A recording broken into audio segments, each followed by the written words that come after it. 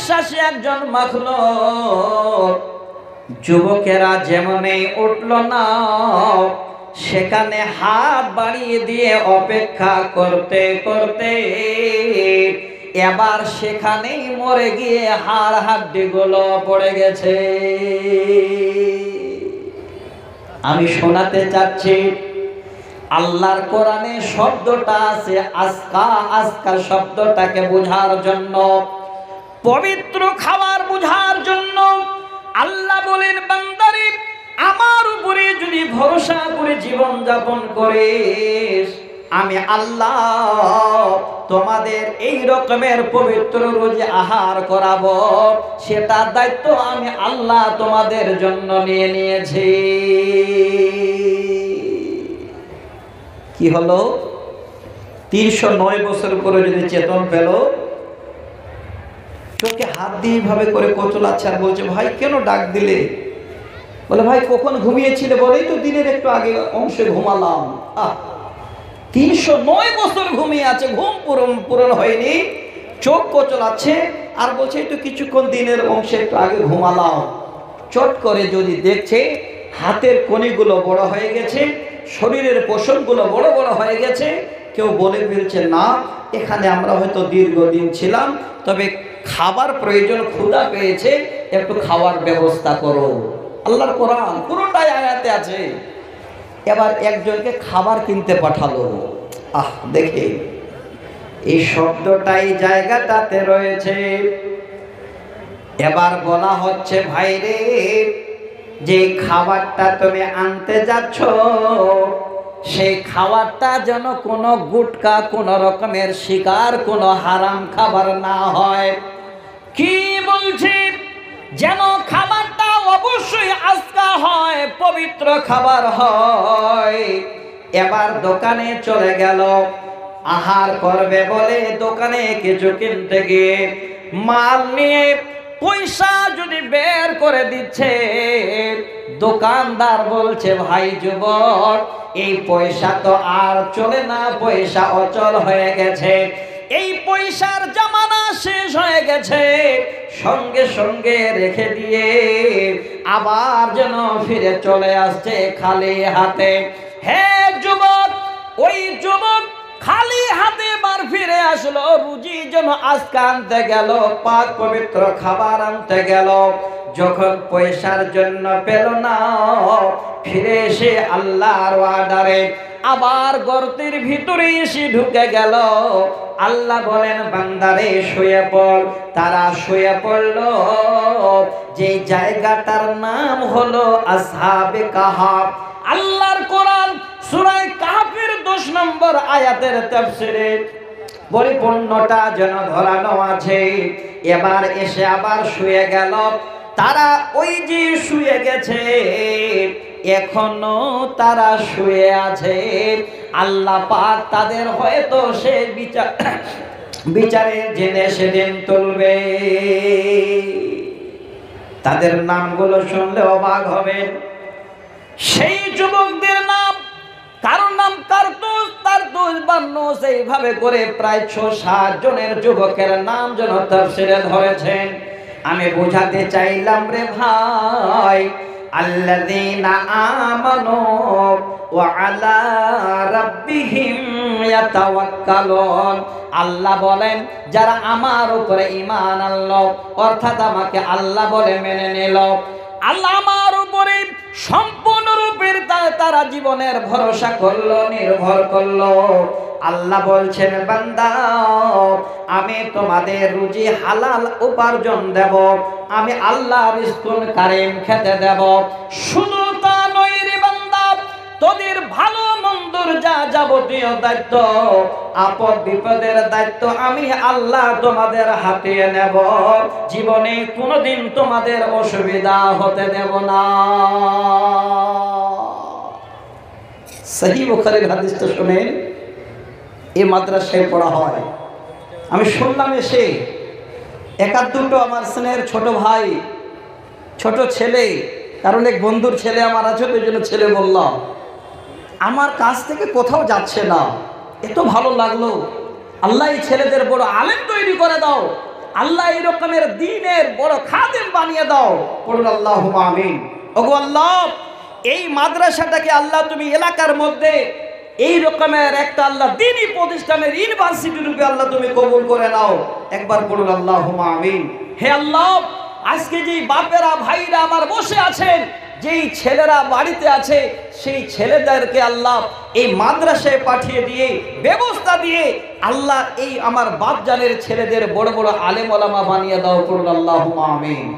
ভাই সকল, আমি আবার হাদিসটা নিচ্ছি আপনাদের কাছে। আল্লাহ যে সব দায়িত্ব নিতে পারেন, আল্লাহর উপরে বিশ্বাস রেখে জীবন যাপন করলে সহিহ বুখারীর একদম স্পষ্ট ভাষায় শোনাচ্ছি আপনাদের কাছে। হাদিসের রাবি হযরতে আবু বকর রাদিয়াল্লাহু তাআলা আনহু, হাদিস নাম্বার 5059। এই মাদ্রাসায় পড়া হয়, সহিহ বুখারীতে হাদিসটা আছে। তবে হাদিসটা বলার আগে কোরআনের একটা শব্দ শুনেন। হাদিসটা খুঁজে পাচ্ছেন না তো? মোবাইল আপনার কাছে আছে, দেখেন আপনার গুগল মামা মোবাইলে ঢুকে আছে। খালি যান, সূরা তাওবা নামে একটা সূরা আছে, এই সূরাটাতে গিয়ে 40 নম্বর আয়াতটা দেখবেন। ওইখানে একটা শব্দ আছে, কি? লা তাহজান ইন্নাল্লাহা মা'ানা। এই শব্দটা লিখে তার তাফসীর একটু দেখেন, পুরো হাদিসটা আপনারা হয়তো পেয়ে যেতে পারেন। আপনাকে বুখারীর হাদিসটার এখানে খুঁজতে হবে না। হাদিসটা কি বলার আগে 1 মিনিট আপনাদের একটু আমি কোরআনের আয়াতের শব্দ এবং হাদিসটা বোঝাবার জন্য 1 মিনিট আমি আপনাদের সময় নিচ্ছি। ভালো করে শুনবেন, এইদিকে কান দেন, আশা করি ভালো লাগবে। আপনারা মন দিয়ে শুনবেন। আমি যে কষ্ট করে এসেছি, আমিও মজা পাবো, আনন্দ পাবো যে আল্লাহ আমি কথাগুলো বললাম কষ্ট করে রাত্রিবেলায়, আমার ভাইরা বাপেরা খুব মন দিয়ে শুনেছে। সেটা কি দেখেন, সবাই জানে আল্লাহর নবী জনাবে মুহাম্মদ রাসূলুল্লাহ, একটু পড়া যাবে না ভাই? পড়ুন। সাল্লাল্লাহু আলাইহি ওয়াসাল্লাম, তিনি হলেন আমাদের দ্বীনের খুঁটি। কোথায় কি প্রয়োজন, ওনার মাধ্যম দিয়ে আল্লাহ সব আমাদের মোকাম্মল করে দিয়েছে। কিন্তু মুশরিক বেদিনেরা ওই নবীর সমস্ত এইভাবে ভালো দৃশ্যগুলো দেখে তারা কিন্তু ভিতরে ভিতরে সহ্য করতে পারে না। তাদের একটা পার্লামেন্ট ছিল, দারুন নাদওয়া। সেখানে বড় বড় লিডারদের ডেকে একটা আলোচনা করলো, এই মুহাম্মদ বিন আব্দুল্লাহর কথা তো আমরা মানতে পারি না বা মানব না, তার একটা ভালো ব্যবস্থা কি করা যায়। একের পর এক এবার আলোচনা শুরু হয়ে গেল। কেউ বলছে জীবনে মেরে ফেলো, কেউ বলে অমুক করো, কেউ বলে তমুক করো। লাস্টে এবার পরামর্শ হলো, আজকে তার বাড়িকে ঘেরাও করে তাকে ধরে একটা ভালো ধরনের ব্যবস্থা করতে হবে। আল্লাহু আকবার। দেখেন হাদিসটা শুনবেন। হাদিসটা বলার আগে একটা কবিতা বলবো, যে কবিতাটা এখন পর্যন্ত খসড়াটাও আমার কাছে, আমি জীবনে অনেক গেয়েছি, আজকেও গেয়ে শোনাবো আপনাদের কাছে। কি হলো, ইতিমধ্যে এবার খবর হলো আল্লাহর তরফ থেকে, নবী আর বাড়িতে থাকতে হবে না, এই জন্মভূমিকে ছেড়ে দিয়ে তুমি এবার মদিনার পথে রওনা হয়ে যাও। হাদিসটা বলার আগে, কোরআনের শব্দটার তাফসীরটা জানার আগে কবিতাটা শুনেন। কবি বলে, দয়ার নবী মুস্তাফা জন্মভূমি ছেড়ে হায়, আলীকে শুইয়ে দিয়ে নিজের বিছানায়, আলীকে শুইয়ে দিয়ে নিজের বিছানায়, কাফেরেরা দলে দলে নবীজিকে ধরবে বলে, সারা রাতে চারিদিকে ছিল পাহারায়,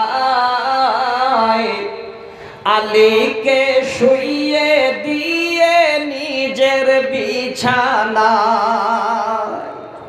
নবীজি তাই গভীর রাতে আবু বকরকে নিয়ে সাথে ইসমে আজম পড়ে তাদের সামনে দিয়ে যায়। আলীকে শুইয়ে দিয়ে নিজের বিছানায়।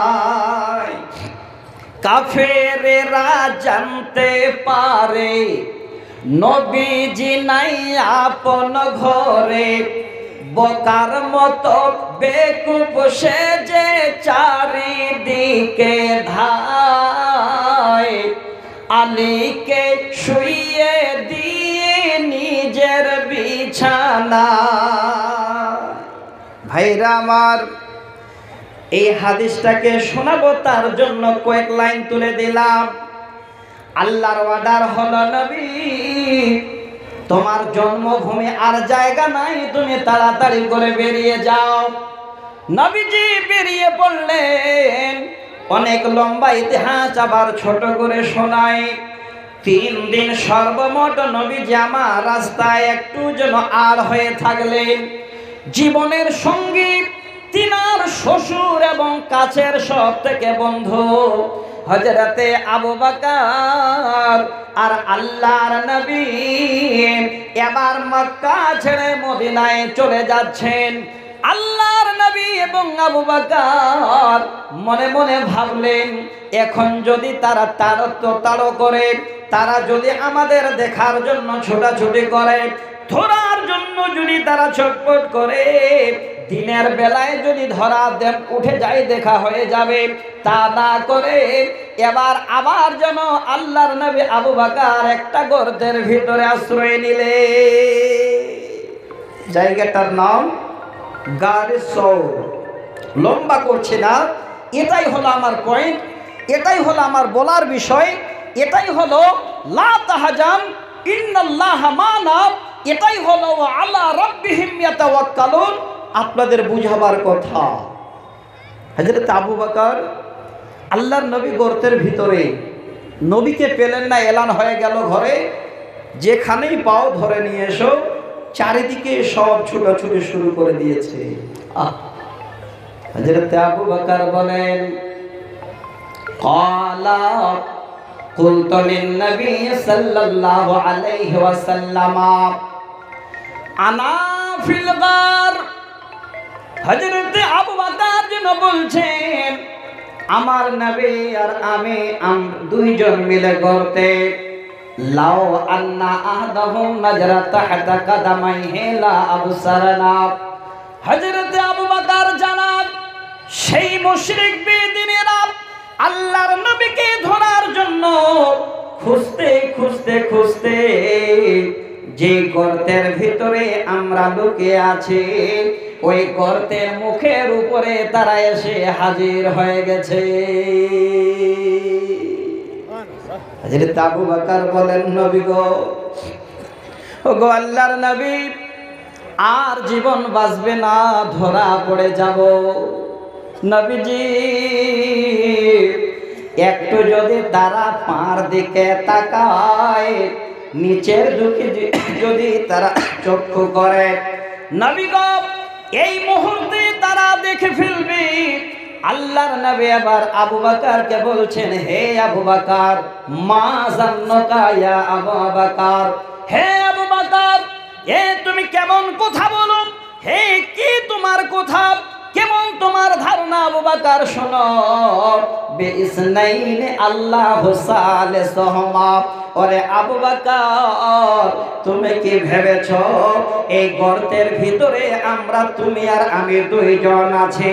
না না আবু বকর, এটা কোনোদিন ভেবো না, আমাদের তৃতীয় জন আমাদের আল্লাহ আছেন। অতএব আবু বকর, কোনো ভয় করো না, কোনো চিন্তা করো না, আমার আল্লাহ যেন আমাদের সাথে আছেন, আমাদের কোনো অসুবিধা হবে না। কি বিশ্বাস, কি ভরসা! তারা মুশরিক বেদিনেরা সেখান থেকে ঘুরে চলে আসলো, মাথা না নিচু করলো না, আল্লাহ রাসূলের সঙ্গে দেখা হলো। আল্লাহ বলছেন বান্দা আয়, ফিরে আয়, আমার উপর বিশ্বাস রেখে জীবন যাপন কর, তোর যত ভালো মন্দের দায়িত্ব আমি আল্লাহ নেব, কিঞ্চিত পরিমাণ তোর কিছুই হবে না। এবার আছে আর একটা হাদিস শোনাবো, তবে দ্বিতীয় তৃতীয় নম্বর আয়াত পড়েছিলাম, এই আয়াতটা আমি 2 মিনিট পরে শোনাচ্ছি, মাথায় আছে না না আমার? 2 মিনিট, শুধু 2 মিনিট একটা হাদিস। আর একটা সুসংবাদ, আমি বলেছিলাম আমাদের আল্লাহ বাড়ি বানিয়েছেন 5টি, ভাই বলেনি? 5 নম্বর বাড়িটার নাম কি বলেছিলাম বলেন? জান্নাত। ওই জান্নাত যেতে গেলে প্রচুর আমাদের কোশিশ করতে হয়। দুনিয়াতে সব কিছু আল্লাহ আল্লাহ রসুলের দিকে দৃষ্টিপাত করে চলতে হয়, কিন্তু একটা সহজ উপায় বলে দিচ্ছি, যদি এই উপায় মেনে চলতে পারেন আপনার কোনো রকমের হিসাব হবে না, বিনা হিসাবে আল্লাহর জান্নাত যাবে। আল্লাহ রসুলের জবানি সহিহ বুখারীর হাদিস। কিভাবে? নবীজি বলেন, ইবনে আব্বাস হাদিসের রাবি তিনি বর্ণনা দেন, আল্লাহর নবী বলেন, ইয়াদখুলুল জান্নাতা মিন উম্মতি ৭০,০০০ বিগাইরি হিসাবিন। ওরে আমার উম্মত, ৫ম নম্বর জায়গাটা জান্নাত নামক যদি যেতে চাস, আমি আল্লাহ আমার জবান থেকে গর্ব করে আমার আল্লাহর কাছে জন্য আবেদন জানিয়ে রেখেছি। কি সেই আবেদন? নবীজি বলেন, আমার ৭০,০০০ উম্মত তারা বিনা হিসাবে আল্লাহর জান্নাতে যাবে, আল্লাহ তাদের কোনো রকমের হিসাব নেবে না। তারা কারা? অথচ অন্য হাদিসে আল্লাহ রাসূল বলছেন, আল্লাহর বান্দাদের যতক্ষণ 5টা জিনিসের হিসাব না নেবে, এক হাদিসে এসেছেন 4টা জিনিসের হিসাব না নেবে, এক পা আগাতে দেবেন না। আর এই হাদিসে আল্লাহ রাসূল বলছেন, আল্লাহর নবী নিজ মুখে বলছেন, আমার ৭০,০০০ উম্মত যাদের বিনা হিসাবে আল্লাহ জান্নাত দেবেন, তাদের হিসাব নেবেন না। তারা কারা? আসেন মাজমুনের দিকে, বিষয়ের দিকে। নবীজি বলেন, তারা হলো আমার সেই উম্মত, হুমুল্লাযীনা লা ইস্তারকুনা ওয়ালা ইয়াতাতায়্যারুনা ওয়া আলা রাব্বিহিম ইয়াতাওয়াক্কালুন। সেই উম্মত হলো যারা জীবনে কোনোদিন ঝাড়ফুঁক করতে গেল না, কোনো মাহাতের কাছে গেল না, ওঝার কাছে গেল না, এবং জীবনে কোনোদিন তারা অশুভ ফল গ্রহণ করল না। ওয়া আলা রাব্বিহিম ইয়াতাওয়াক্কালুন, আল্লাহর উপরে দৃঢ় বিশ্বাস রেখে জীবন যাপন করলো। আল্লাহর নবী বলেন, এই রকমের আমার ৭০,০০০ উম্মত তারা বিনা হিসাবে তারা আল্লাহর জান্নাতে প্রবেশ করবে। ভাইজান, সবকিছু আল্লাহকে জিম্মা দেন, আল্লাহ সব ব্যবস্থা করে দেবেন। এবার আসে, আল্লাহ ফের আমাদেরকেও দিয়ে রেখেছেন। কি দিয়ে রেখেছে? একবার মিলাবেন ভালো করে। আজ থেকে যারা 10-15 বছর আগে রাজমিস্ত্রির জোগাড়ি দিয়েছিলেন, ওনারা আজকে রাজমিস্ত্রির ঠিকাদার। বলুন কে দিয়েছে? বলা যাবে না? যারা মানুষের বাড়ি জন দিতেন, আপনি এখন মালিক, আপনি জন খাটাচ্ছেন, আপনাকে মালিক কে বানিয়েছে? আল্লাহ। সব আল্লাহ দিয়েছেন। এবার আল্লাহর দেওয়া মাল পাওয়ার পরে সম্পূর্ণটাই আপনি একদম বাড়িতে গুছিয়ে গুছিয়ে একদম ভরিয়ে রেখে দিলেন, আর আল্লাহকে বলে স্মরণ করলেন না। বিপদ কি হবে? যেমনই সুখ সেমনই সুখের বড় শাস্তি শুনে আল্লাহ পাক বলেন, والذين يكنزون الذهب والفضة ولا ينفقونها في سبيل الله فبشرهم بعذاب أليم। আল্লাহ পাক বলেন, ওই লোকেরা যারা আমার দেওয়া সোনা চাঁদিগুলো গুছিয়ে গুছিয়ে রেখে দিল, তার সঠিকভাবে খরচ আমার রাস্তায় করল না। হে মা বোন, আপনারাও যারা শুনছেন ভালো করে শুনেন, সোনা চাঁদি গয়না আপনাদের বেশি হয়। অনেক বাবাজানের ঘরে দেখবেন ভরির ভরি সোনা চাঁদি জমানো আছে। আল্লাহ বলেন, বান্দা আমার দেওয়া সেই মাল যদি আল্লাহ রাস্তায় সঠিক খরচ না করো, ফাবাশশিরহুম বিআযাবিন আলীম, আমার আযাবের সুসংবাদ নাও, ওই মাল একদিন তোমাদের জন্য আযাবের জারিয়া হয়ে যাবে। আপনার ঘরের মাল আপনার দুশমন হবে। কিভাবে? মাল চোরে নিয়ে পালাবে না, ওই মাল কি আপনার উপরে চাপিয়ে দেওয়া হবে না। আযাব কেমন হবে?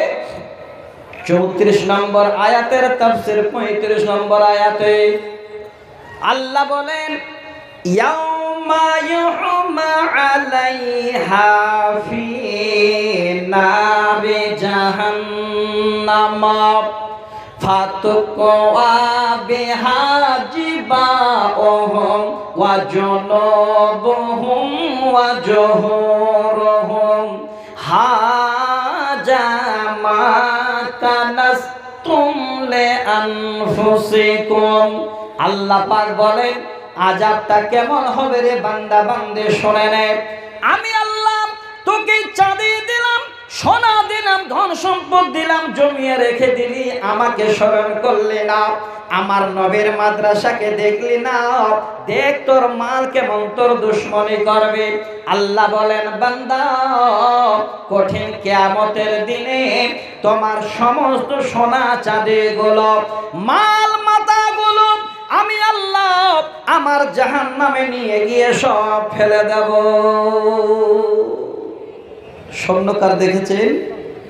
ভাঙড়িগুলো দেখবেন, রূপা চাঁদিগুলো একটা খড়াই দিয়ে আর আগুনে বসিয়ে দিয়ে ভাতটি জ্বালাবে, যতই হিট হবে খড়াটা লাল হয়ে যাবে, আর সব ভাঙড়িগুলো গলে গলে গলে গলে একটা পারুতের মতো তৈরি হবে, ছোট্ট একটা পাত্রিল তৈরি হয়ে যাবে।